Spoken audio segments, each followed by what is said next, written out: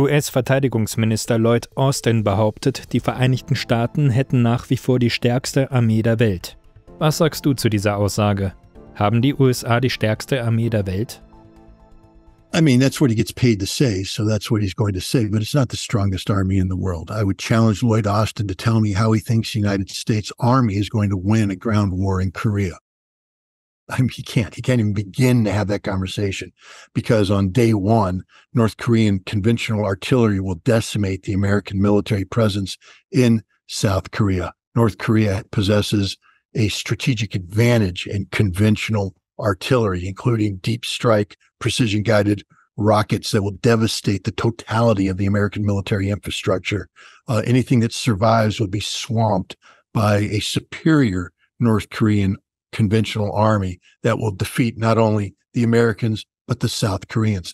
Now, the United States has a plan to reinforce South Korea, but it will take months for the United States to mobilize the troops, get them ready, and have them shipped across the Pacific to fight in South Korea.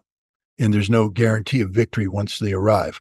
But let's say he got involved in that fight, because that's where he opened his mouth, on the Korean Peninsula. Let's just assume that Lloyd Austin says, we have the most powerful military, we could do this in Korea. So while Lloyd Austin is mobilizing the totality of American military power to deal with North Korea, what do you do about Russia, Lloyd? What do you do? Let's just say, what the hell? Your worst nightmare comes true. And Russia says, while America is engaged strategically in North Korea and they got nothing left, we're just going to take Poland out and the Baltic states out. How are you going to respond, Lloyd, with the world's most powerful army? Because let me give you a pro hint. You have nobody in the American military that possesses 1/10 of the combat experience that the Russian army, the totality of the Russian army, possesses because of the ongoing Ukrainian conflict. The Russian army today is the best trained, best equipped, most experienced military force in the world. And there's more of them than you have, Lloyd Austin. How are you going to square that one? You can't. But let's say you got North Korea going and you got the Russians going into Poland and the Baltics. What do you do with your most powerful army in the world, boss, when Iran still tells you to stick it up your ear, when they start overrunning your bases in Syria and Iraq? Where are you going to get the troops to respond to that, Lloyd? You don't got it anymore, do you? Because the U.S. Army can't win one war, let alone two wars, let alone three wars. And God forbid China makes a move on Taiwan while all this is happening. You got nothing, Lloyd. You got nothing. You take $800 billion of U.S. taxpayer money a year and you squander it, and we got nothing. That's the reality, Lloyd. You got the weakest military in the world because it can't do the things you claim you want it to do. Anfang Januar griffen Rebellentruppen aus Syrien und dem Irak erfolgreich US-Militärbasen an, gleichzeitig verhöhnten die Houthi Washington und seine Verbündeten. Trotz massiver Bombardements durch US-amerikanische und britische Streitkräfte gingen die Houthi-Angriffe auf Schiffe im Roten Meer weiter. Erleben wir den globalen Abstieg der US-Militärhegemonie? Können die USA den Nahen Osten nicht mehr beherrschen? The United States director of the CIA, William Burns, has recently said that the United States is going through a period of transition where it's no longer the undisputed, the undisputed, supreme power in the world. It's not even the supreme power in the world. It's being challenged economically by China and militarily by Russia. But the reality is it's being challenged by its own insufficient resource level when it comes to, if you're going to be the world's superpower, if you're going to claim global hegemony, you need to have the resources capable of backing up that claim. The United States has, since the end of the Second World War, been known for its ability to project power. And today we continue to project power around the world. It is, after all, an American aircraft carrier that's operating off the coast of Yemen, along with American warships. We have American Marines embarked on amphibious warfare ships. We have forces in the region. We have expeditionary air power deployed in Qatar and other bases in the region. But this is a presence. It's not a force that in its own right capable of accomplishing a major mission. It's a presence designed to shape the environment through deterrence. But as I said earlier, deterrence is only achieved when people understand that the consequences for carrying out an action will be extremely detrimental to them.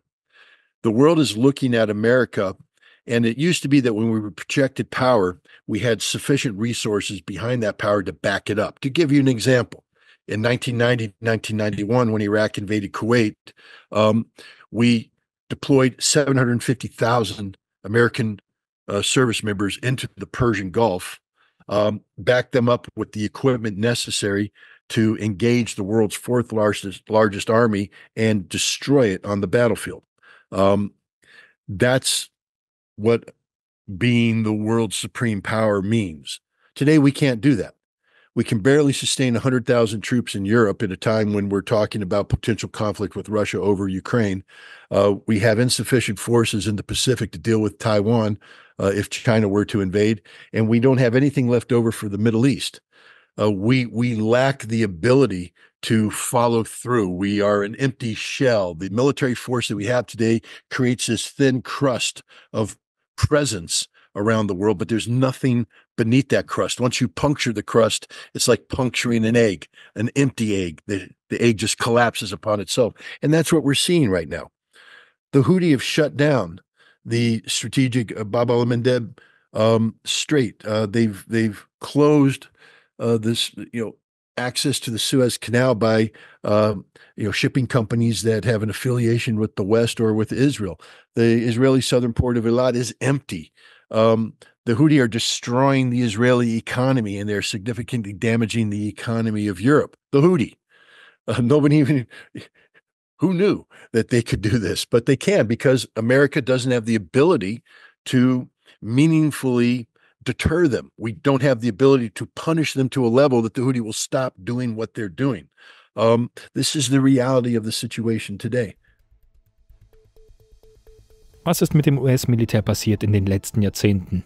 Was hat zum Niedergang der militärischen Hegemonie geführt? Back in the 1980s, the United States had a military posture that said that we could fight and win 2.5 wars at the same time. That meant that we had sufficient military forces to defeat a Soviet invasion of Europe, to defeat a North Korean attack on South Korea, or a Chinese attack on Taiwan, and to fight a holding action in the Middle East, until which time we prevailed in one of the major wars, and then we would divert resources to win that war in the Middle East. This was never really tested, but we prepared for that. We built a military structure capable of achieving that mission. When the Cold War ended, the concept of large-scale ground combat in Europe went away. We just stopped thinking about it. It was unimaginable, and so we de-emphasized the force structure necessary to carry out that kind of action. Likewise, our relationship with China had improved to the point that we couldn't imagine, going to war with China over Taiwan, and we were looking for a peaceful resolution of the problems on the Korean Peninsula.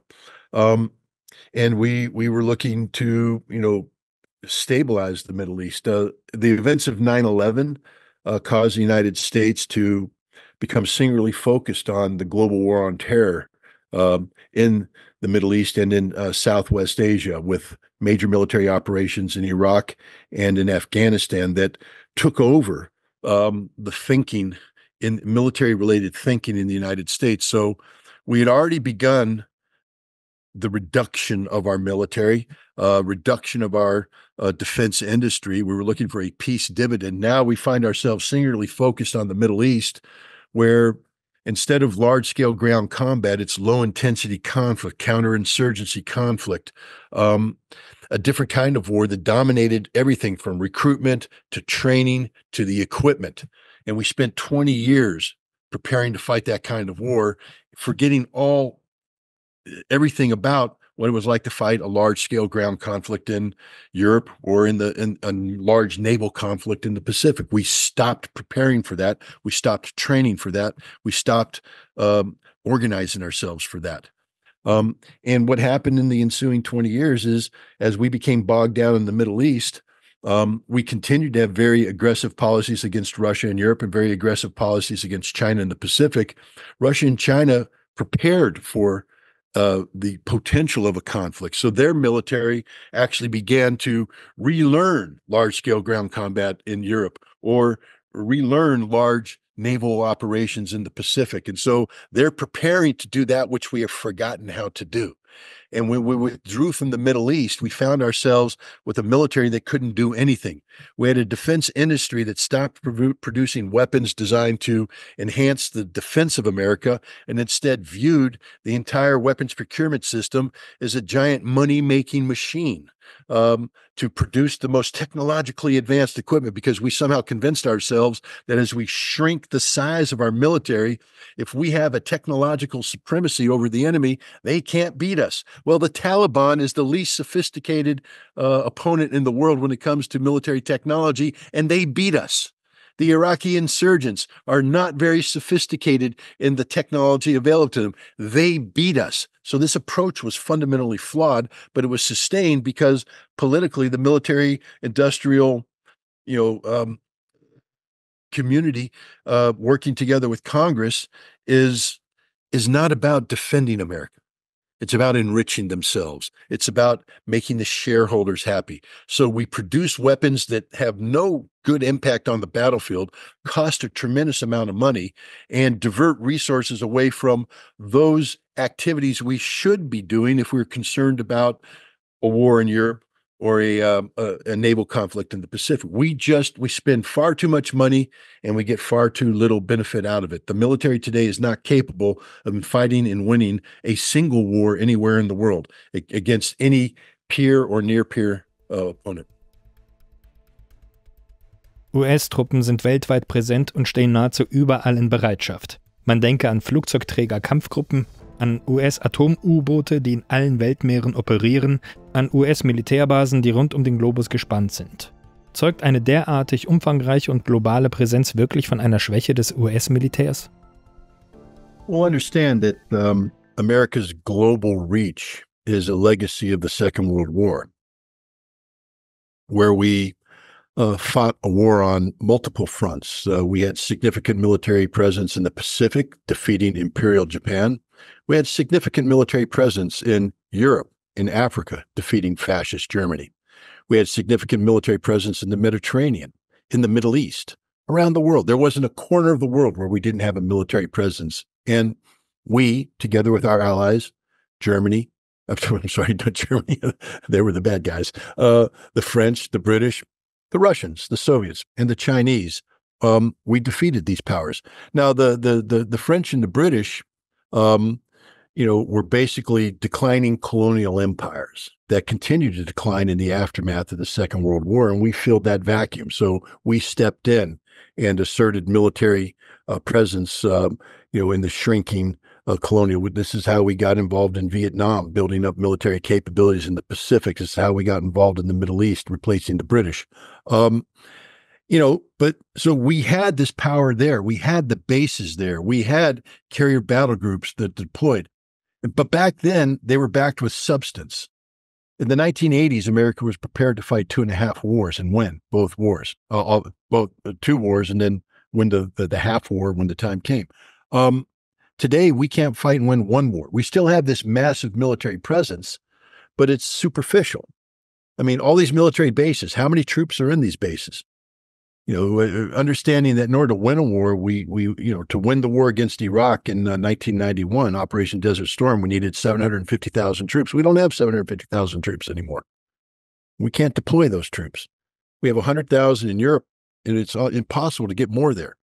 What do we have in the Pacific? All those troops are deployed in scattered bases. It's not like we can assemble them in one place. And if we do assemble them in one place, we don't have the ability to protect them against modern weapons like these hypersonic missiles, et cetera. So, we have, yes, significant military presence. Yes, there's American troops deployed, but what can they do?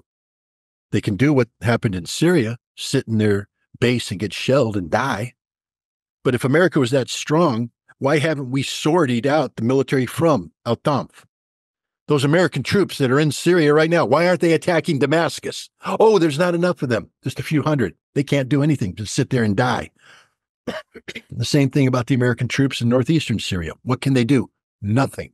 There is a presence as a tripwire to receive an attack, allowing the United States to respond with an air force that's incapable of altering the outcome, no matter how many bombs we drop.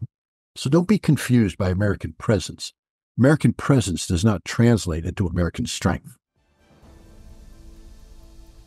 Während die USA ein weltweites Abkommen durchsetzen wollen, das es allen Staaten untersagt, Atomwaffen im Weltall zu stationieren, sehen sie sich selbst Vorwürfen ausgesetzt, den Weltraum zu militarisieren. Wie bewertest du das? Welches Ziel verfolgen die USA mit dem angestrebten Sperrvertrag? Warum weigert sich Russland, sich diesem Vorhaben anzuschließen? There's no doubt that the United States is not only pursuing the militarization of space, but has already militarized space. When we take a look at how the United States operates, or even how NATO operates, let's give an example. We have the French, who are talking about deploying a brigade to Ukraine. How does this brigade communicate? They have a system of communications amongst each other that is satellite dependent. That satellite facilitates the communication of combat units, the flow of intelligence, the flow of command and control. Every aspect of this brigade deployed forward is dependent upon a satellite network. The same thing holds for the United States.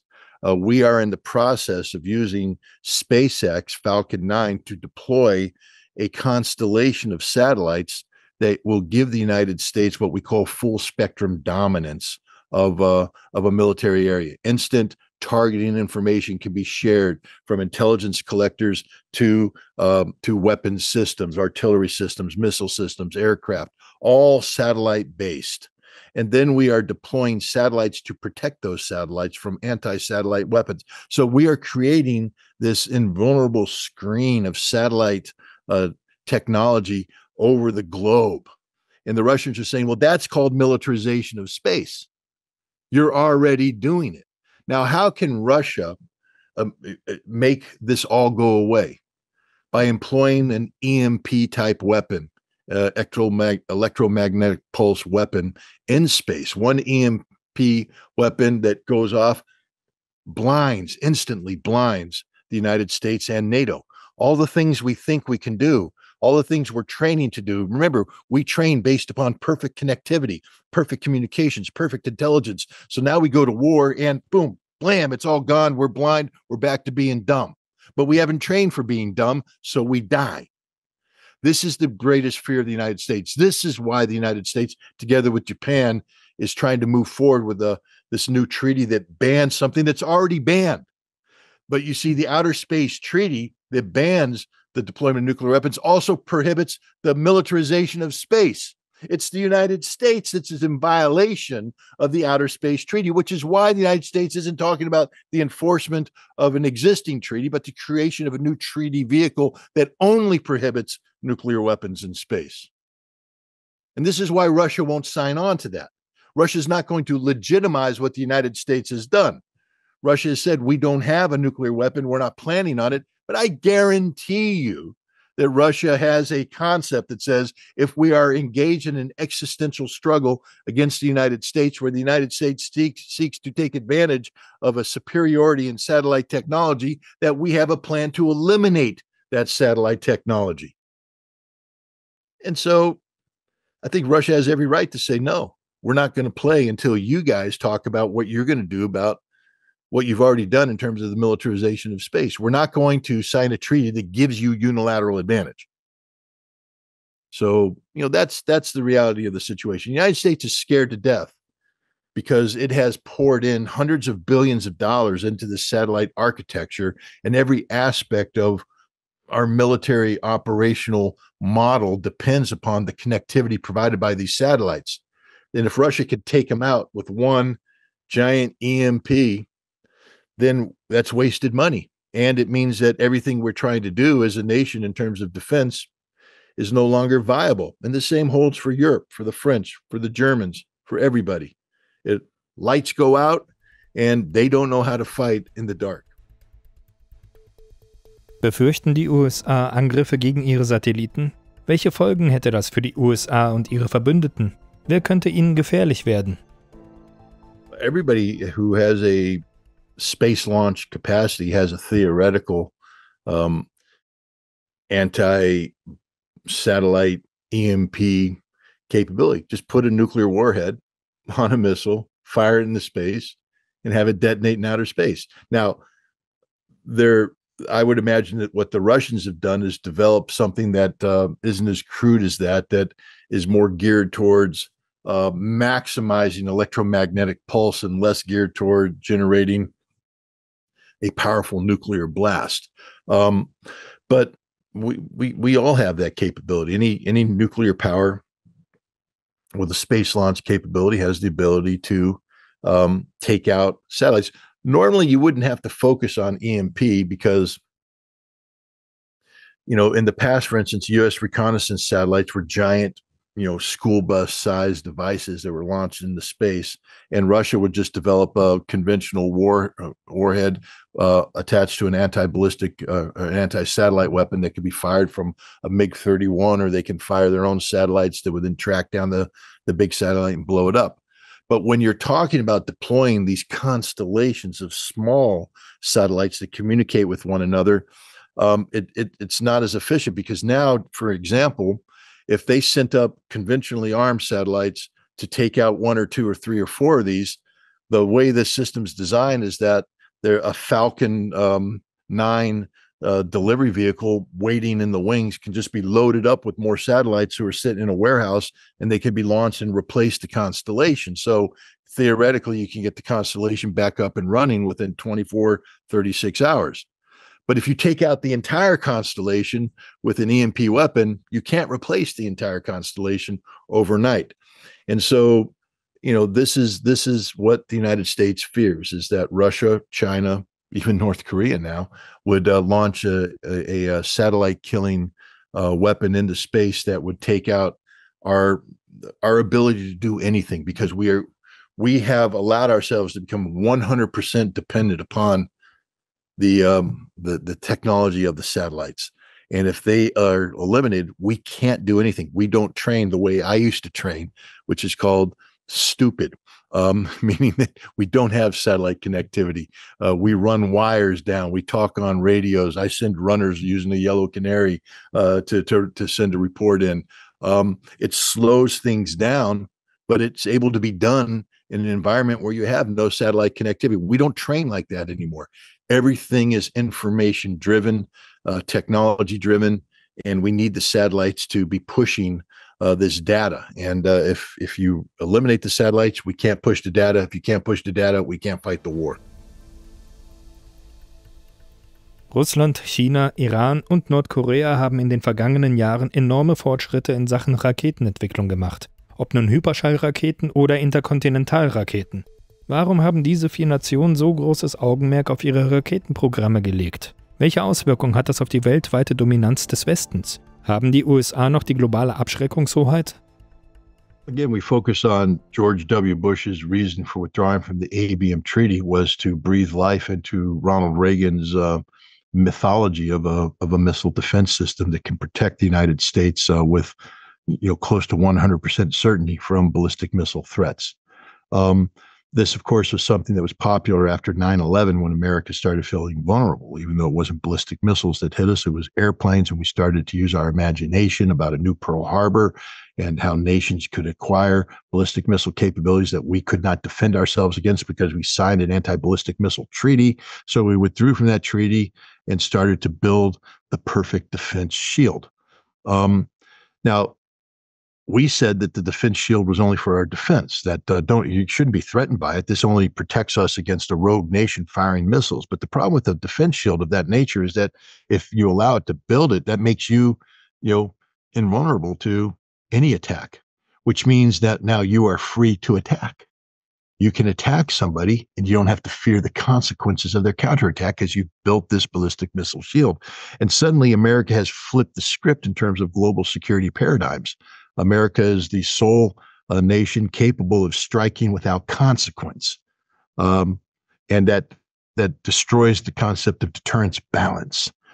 Mutually assured destruction was something that the United States and the Soviet Union operated on, and most nuclear powers operate under a modification of that maxim that if you use nuclear weapons, you can be hit with nuclear weapons, and the damage that will be done is so great that you don't want to use nuclear weapons to begin with. But now the United States not only is building a ballistic missile shield, but we are talking about, and we did change our nuclear posture so that it was no longer about nuclear deterrence. It was about the potential of turning nuclear weapons designed for nuclear deterrence into a warfighting capability that gives us preemptive strike capability. We now began to talk about using nuclear weapons preemptively in a non-nuclear environment.